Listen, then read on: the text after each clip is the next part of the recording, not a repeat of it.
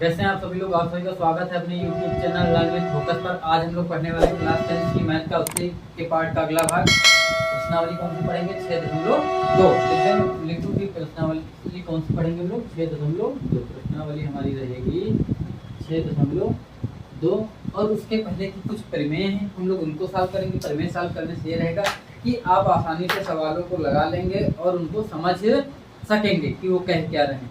ठीक, तो एक प्रमेय दी हुई है कि यदि किसी त्रिभुज की एक भुजा के समांतर अन्य दो भुजाओं के भिन्न भिन्न बिंदुओं पर प्रतिच्छेद करने के लिए एक रेखा खींची जाए तो ये अन्य दो भुजाओं को एक ही अनुपात में विभाजित करती है। देखने में ऐसे अजीब लग रहा होगा कि जब फिगर बनाएंगे तो समझ में आएगा। सबसे पहले हम लोग देखते हैं क्या लिखा हो कि यदि किसी भी त्रिभुज, कोई भी त्रिभुज ABC बना सकते हैं, PQR बना सकते हैं, जो भी आप लोग इच्छा हो बना लीजिए। तो हम लोग कोई भी एक त्रिभुज बनाए। हमने कहा एक त्रिभुज का निर्माण करते हैं PQR। हमारे पास एक त्रिभुज था, समबाहु जैसा बना के कोई भी त्रिभुज हो सकता है ना। एक त्रिभुज हमने बनाया, कौन सा त्रिभुज बनाया? PQR। ठीक, PQR ABC से एक त्रिभुज हमने बनाया ABC। तीन भुजाओं से घिरी हुई आकृति क्या कहलाती है? त्रिभुज कहलाती है। त्रिभुज के तीनों कोणों का योग कितना होता है? 360 होता है। और 180 होता है। चतुर्भुज के चारों कोणों का योग कितना होता है? 360। तो हमने कहा एक त्रिभुज ABC है और इस त्रिभुज में हमने क्या किया कि किसी भी एक भुजा के समांतर, हमने ये वाली भुजा ली। हमने कहा हम इस भुजा के समांतर, जो ये तीसरी भुजा है BC, हमने कहा कि इस भुजा के समांतर किसी भी भुजा खींच सकते थे। हमने कहा हमने इस भुजा के समांतर एक अंदर रेखा खींची समांतर, तो इसी के समांतर हमने एक रेखा खींची और उसका नाम हमने क्या दे दिया? हमने इसका नाम दिया PQ नाम दे दिया। या ABC हुआ है, इसको नाम दे दो D, इसको दे दो C, जैसे भी चाहो। या PQ, चलो हम लोग PQ कर लेते हैं। P NCERT में D और E लिखा हुआ है। तो हमने कहा BC के समांतर हमने PQ को खींचा और इसके बाद हमने कहा जब हम PQ को खींचते हैं तो हमको क्या प्रूव करना है कि किसी भी त्रिभुज को एक भुजा के समांतर अन्य दो भुजाओं को भिन्न भिन्न, और ये क्या करती समांतर, हमने BC के समांतर खींचा है और ये दो भुजाओं AB और AC को भिन्न भिन्न बिंदुओं पर प्रतिच्छेद करती है। और क्या करती है? भिन्न भिन्न बिंदुओं पर प्रतिच्छेद करती। तो ये अन्य दो भुजाएं, जो ये दो भुजाएं हैं, इनको क्या करती है? कह रहा एक ही अनुपात में काटे। तो सीधी सी बात, प्रश्न ये कह रहा है कि एक त्रिभुज लेंगे, इस त्रिभुज में BC के समांतर एक रेखा कोई भी खींच दीजिए। NCERT में DE होती है तो हम लोग DE कर लेते हैं, जैसे आप लोग बुक में भी देखे तो जल्दी समझ में आए। तो हमने कहा कि हमने इस DE को खींचा और ये DE जो है BC के पैरेलल समांतर है और कह रहा है ये दो भुजाएं, इनको ये यहाँ पे प्रतिच्छेद करता है। कहाँ कहाँ पे? D और E पे। तो हम लोग लिख सकते हैं उपपत्ति में कि भुजा BC के समांतर इसको हम ऐसे लिख सकते हैं, भुजा BC के समांतर क्या खींची? D। जो भुजा कौन सी भुजा? AB ना। AB को D तथा AC को E पर, AC को E पर प्रतिच्छेद करती है। ठीक है, प्रतिच्छेद करती है। यही कह रहा था, उपपत्ति यही होगी, जो भी कह रहा था हम लोगों ने लिख लिया। अब हमको क्या सिद्ध करना है? कह रहा है ये होता है, खींची जाती है, ये प्रतिच्छेद करती है तो अन्य दो भुजाओं को एक ही अनुपात में। तो कह रहा है ये दोनों आपस में अनुपात और ये दोनों आपस अनुपात में क्या होंगे? बराबर होंगे। तो यही कह रहा प्रश्न। तो हमको सिद्ध क्या करना है? हमको सिद्ध करना है, हम लोग यहाँ से देखो ऊपर लिख लें कि हमको सिद्ध करना है प्रूफ। सिद्ध क्या करेंगे कि जो AC है ये, इनको आपस अनुपात, मतलब AB/DB, मतलब क्या सिद्ध करना है? AD/DB इक्वल टू, क्योंकि समान अनुपात में, AE/EC हो। यही प्रूफ करना है। ठीक है, तो ये कैसे प्रूफ होगा? तो इसके लिए हम लोग चालू करते हैं। यहाँ पे प्रूफ करने के लिए आगे कहानी चालू करेंगे। तो देखो, सबसे पहले हमने कहा जब हम इस त्रिभुज को बनाते हैं, हमने कहा इस त्रिभुज में हमने ADE में क्या किया? इसके परपेंडिकुलर यहाँ से एक लंबवत रेखा खींच दी इस पे। ठीक है, कितने का एंगल बनाते हुए? 90। ठीक, और इससे लंबवत इसमें खींच दी, ये कितने का एंगल बनाते हुए? 90 का। ठीक, और हमने क्या किया, सी डी और डी को मिला लिया। तो हम क्या लिखेंगे कि सी डी तथा डी को मिलाया, सी डी तथा डी को मिलाया, ठीक। और त्रिभुज ADE में D और E से लंबवत रेखा M और N खींची ना। त्रिभुज AB, त्रिभुज ADE में D, E से लंब M, लंब क्या लंब डाला यहाँ से, इस पे लंब डाला DM, लंब DM तथा EN खींचा, EN खींचा। तो ये हम लोग ऐसे लिख सकते हैं, इसको दिखा भी सकते थे। DM किस पे लंब है, AE पे, तो हम लोग ऐसे लिख सकते थे। ड्रा जो कराया है DM तो किस पर परपेंडिकुलर, ये दो चिन्ह है कि हाँ एक रेखा इस पर ये लंबवत खींची गई, इस पर है AE पे, तो ये दिखाता है AE पे लंब है DM तथा EN लंब है किस पर, AD पर, तो हम लिखेंगे EN लंब है किस पर, ED पर। तो ये सब प्रतीक होते हैं, चिन्ह होते हैं, आप लोग याद रखेंगे। लंब का है, ये जब मैं खींचूंगा तो ये पैरेलल को दिखाता है, AB पैरेलल, जैसे हमने कर दिया BC, तो ये जैसे भी हो तो हम लोग दिखा सकते हैं। यहाँ BC पैरेलल क्या है, DE, ठीक, और हमने कहीं पे लिखा भी होगा BC पैरेलल DE। तो ये काम हमने कर लिया। अब हम कह रहे हैं कि जो ये त्रिभुज है और जो ये त्रिभुज, हम कहते हैं हम इस त्रिभुज का क्षेत्रफल निकालना चालू करें। हम कह सकते हैं त्रिभुज ADE का क्षेत्रफल, त्रिभुज ADE का क्षेत्रफल। तो किसी भी त्रिभुज को क्षेत्रफल को हम लोग दिखाते हैं एरिया, AR से एरिया लिखते हैं, एरिया लिख सकते हैं, एरिया ADE, जिसको लिखना उसको ब्रैकेट में लिख सकते हैं। तो एरिया ADE का मतलब क्या हो जाएगा, इस त्रिभुज का क्षेत्रफल। तो किसी भी त्रिभुज का क्षेत्रफल निकालना हो तो मैं आपको बताता हूँ कि आपका सबसे आसान तरीका है, ये मान लीजिए अगर एक त्रिभुज है ये, ठीक है, और ये है ABC, इस त्रिभुज का क्षेत्रफल निकालना है तो आपको सबसे आसान तरीका है, अगर मान लीजिए ये लंबवत रेखा दे दी है कि मतलब भुजा BC पर अंदर बाहर कहीं भी अगर इस BC पर एक लंब मिल जाए, और लंब क्या मिल जाए यहाँ पे AM, BC पे लंब क्या है, AM है, और अब पूछा जाए क्षेत्रफल कितना होगा, तो त्रिभुज का जो क्षेत्रफल है तुमको यही बताना, ABC का। तो एरिया ABC इक्वल टू हो जाएगा 1/2 आधार गुणे ऊंचाई।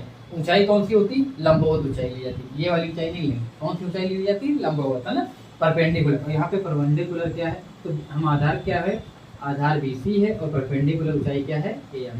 तो हमको जब भी जरूरत पड़ेगी तो हम लोग परपेंडिकुलर ऊंचाई को देखते हैं, आधार गुणे ऊंचाई। ऊंचाई कौन सी होती है, लंबवत, ठीक है, या उनके बीच की जो लंबवत दूरी होती है ऊंचाई जो भी लंबवत दूरी ली जाएगी, ठीक है। तो ये आपको क्लियर होना चाहिए। फिर हम लोग क्या करेंगे, यहाँ पे यही कहानी हमने किया है कि हमने दोनों पे लंब डाला। दो तरीके से निकाल सकते थे, हम कह सकते थे कि त्रिभुज ADE का क्षेत्रफल, एक बार अगर इसको लंब लेते, इसको लंब लेते, EN को लंब लेते, एक बार लंब किसको लेते, EN को लंब लेते, तब बताओ EN को लंब लेते तो ये वाला आधार जिस पे लंब पड़ा होता उसी को आधार लेते हैं, तो आधार क्या होगा, AD होगा। तो हम क्या लिखेंगे, कितना एरिया हो जाएगा, 1/2 आधार कितना होगा, AD इंटू लंब कितना है, EN। एक इक्वेशन हो गई। फिर अगला हम लोग देखते हैं, जो बनाया हमने त्रिभुज कौन सा बनाया है, ये देखो BDE, एक त्रिभुज हमको दिख रहा है BDE। तो त्रिभुज BDE का क्षेत्रफल एरिया BDE कितना होगा। इसमें भी देखो, इसमें ये त्रिभुज है, इसकी दूरी ये वाली बाहर है ना, तो ये भी लंबवत दूरी EN ही होगा। तो इसका भी क्षेत्रफल कितना हो जाएगा, 1/2 आधार कितना, इसी पे लंब है, लेकिन इस बार दूरी आधार कितना रहेगा इस पर, 12 BD। क्यों, हमने जैसे उसमें भी केवल इतनी ही ली थी, बाहर की कोई दूरी नहीं ली जाएगी, ये नहीं ऐड करना है कि भी अंतर की कर लो। क्यों, क्योंकि लंबवत ऊंचाई चाहिए, ये दूरी नहीं चाहिए, दूरी बेस हमको जितना त्रिभुज है निकालना उतना चाहिए। तो कितनी, BD। तो हम क्या लिखेंगे यहाँ पे, BD/N, BD इंटू कितना हो जाएगा, EN, समीकरण 2। हम लोग अब 1 और 2 को आपस में डिवाइड करा सकते थे। हमने लिखा समीकरण 1/2, समीकरण 1 और 2 को डिवाइड कराने पर, तो हम क्या लिख सकते थे, area ADE upon area BDE।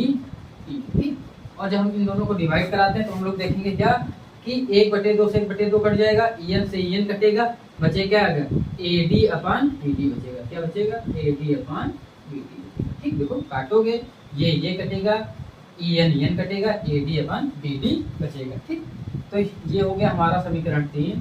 फिर हम लोग देखते हैं कि एक समीकरण हमारी और बनती है और वो क्या है, यहाँ पे हम लोग फिर से ADE का क्षेत्रफल निकाल सकते थे और इस बार जब हम लोग ADE का क्षेत्रफल निकालेंगे कपड़ा है ना, मैं मिटा देता हूँ इधर, यहाँ तो आराम से इधर दिखेगा, मैं इधर लिख दूंगा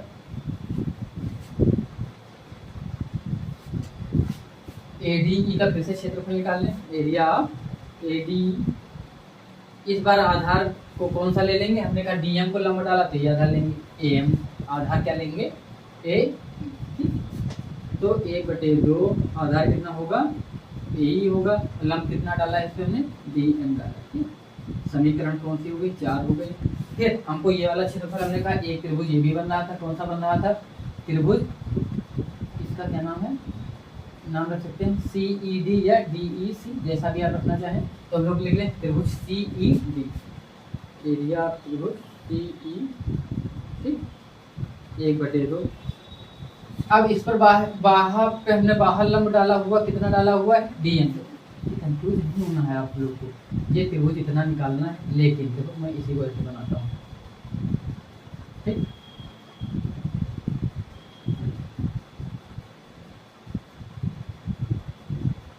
ये है इतना इतना कितना है DEC, लेकिन लंबवत परपेंडिकुलर हमने कहाँ पे ड्रा कराया है ये, तो हमको टोटल कितनी चाहिए यहाँ तक, ये लंबवत दूरी, तो हमको हमेशा लंबवत चाहिए, तो यहाँ पे कितना होगा DM होगा। ठीक, तो आधार कितना, क्षेत्रफल कितना होगा 1/2, आधार कितना CE और लंबवत दूरी D। तो इस प्रकार हम लोग एरिया इसका निकाल लेंगे। ठीक, तो यहाँ पे क्या हो जाएगा 1/2, आधार कितना होगा, ये होगा EC होगा, जो भी लिखना चाहो EC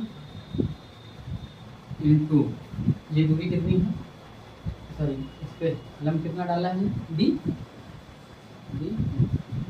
समीकरण 5। तो समीकरण 4 और 5 को हम लोग डिवाइड कराएंगे, समीकरण 4 को 5 से, तो क्या होगा area AD upon area CED, तो area ADE upon area CDE, area CDE equal to ये 1/2 से 1/2 कट जाएगा और DM से DM कटेगा, AE अपान AC बचेगा, AE अपान AC बचेगा। इसको हम लोग 6 रख सकते। अब देखो समीकरण 3 को देखिए, आप समीकरण 6 को देखिए, अब ये नहीं देख सकते हैं, हम लोग एक काम और करते हैं। देखो एक घर में आप लोग क्लास 9 में पढ़ चुके हैं कि यहाँ पे ये हम दो त्रिभुज देखते हैं, त्रिभुज कौन से,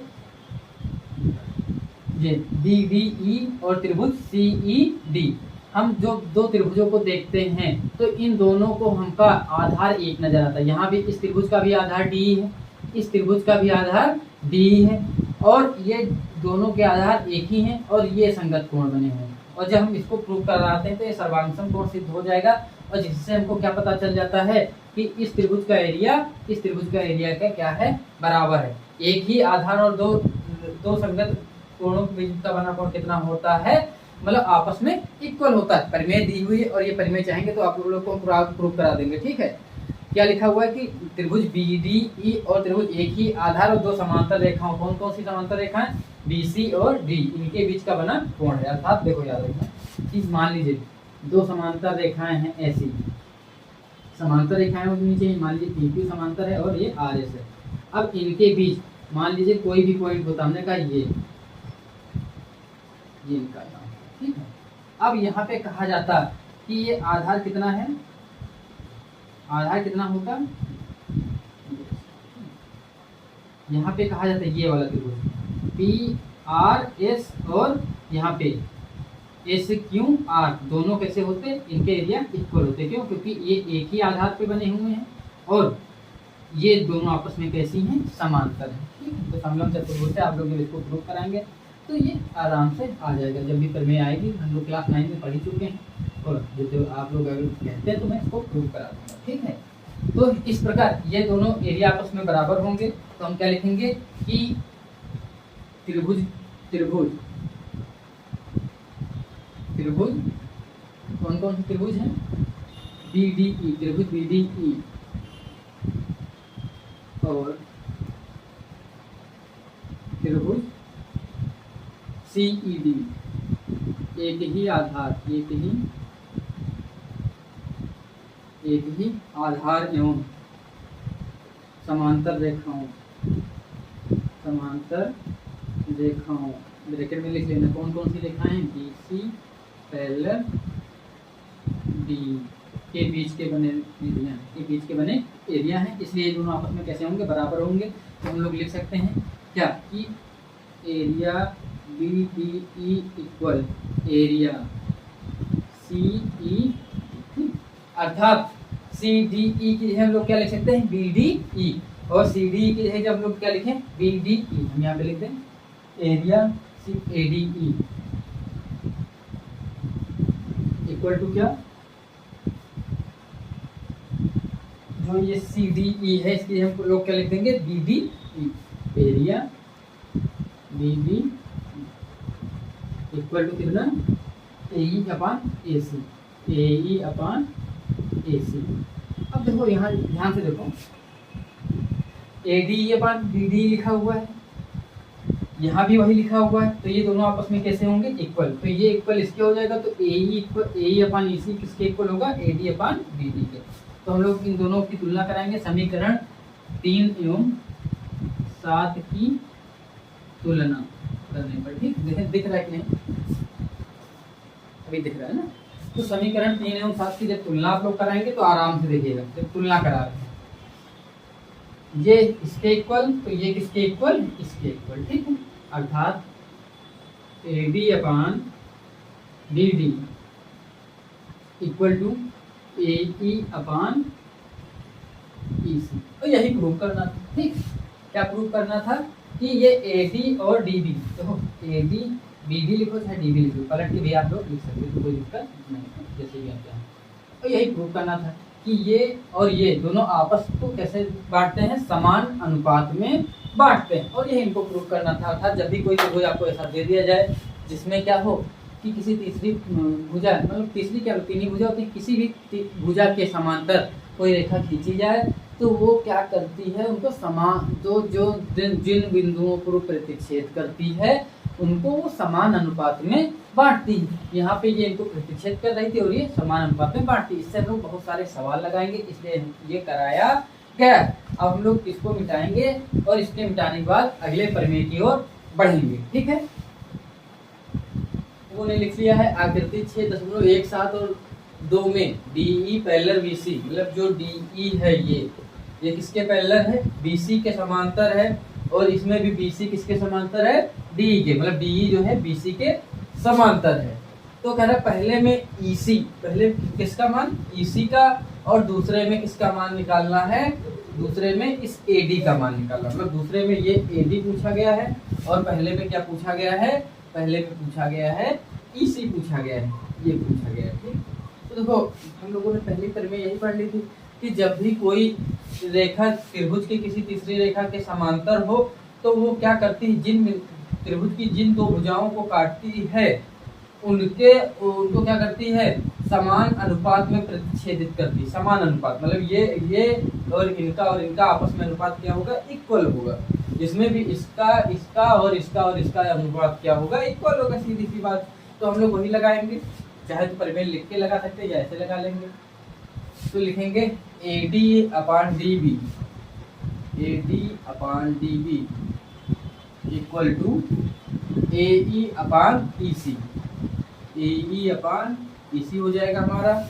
और हमको पता है हमारा ये दिया गया है, AD कितना दिया गया है, 1.5 दिया गया है, और DB कितना दिया गया है, 3 दिया गया है, और AE कितना दिया गया है, AE दिया गया है 1 सेंटीमीटर दिया गया है।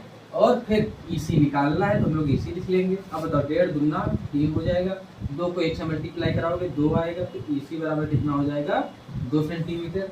तो आसानी से हम लोग लगा लेंगे। फिर अगले प्रश्न की ओर बढ़ेंगे, इसमें भी यही समान अनुपात AD अपान कितना DB। दूसरे में क्या हो जाएगा, AD upon DB equal to क्या हो जाएगा, AE अपान EC, ठीक। और AD की वैल्यू हमको नहीं पता है, वैसे लिख देंगे। DB दिया गया कितना, 7.2 ए कितना दिया गया है 1.8 और पीसी कितना दिया गया है 5.4।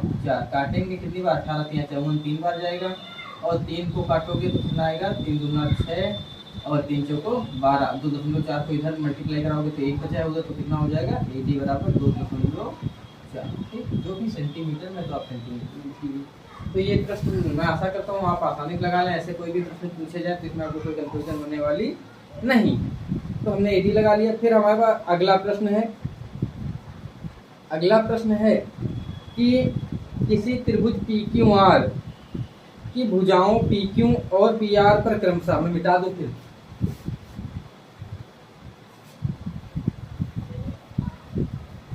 एक करा देंगे, फिर आपका जो है अगले लेक्चर में पूरी प्रश्नावली क्लियर करा दी जाएगी। आज समय की थोड़ी सी अल्पता है, केवल एक प्रश्न ये कराए दे रहे हैं।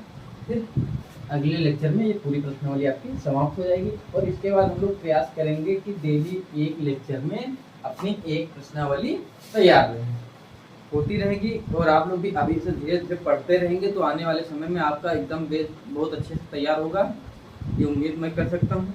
लिखा हुआ कि किसी त्रिभुज PQR की भुजाओं PQ और PR पर क्रमशः 2 बिंदु E और F स्थित है।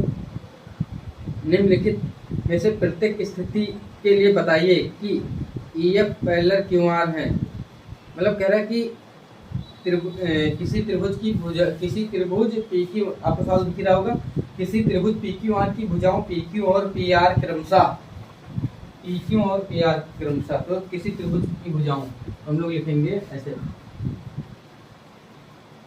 ये हमारा एक त्रिभुज हो गया, त्रिभुज हो गया हमारा PQR। तो इसकी भुजा जो PQ और PR है, कह रहा इन पे 1 2 बिंदु क्रमशः क्या क्या है, इस पे E है, इस पे क्या है F है।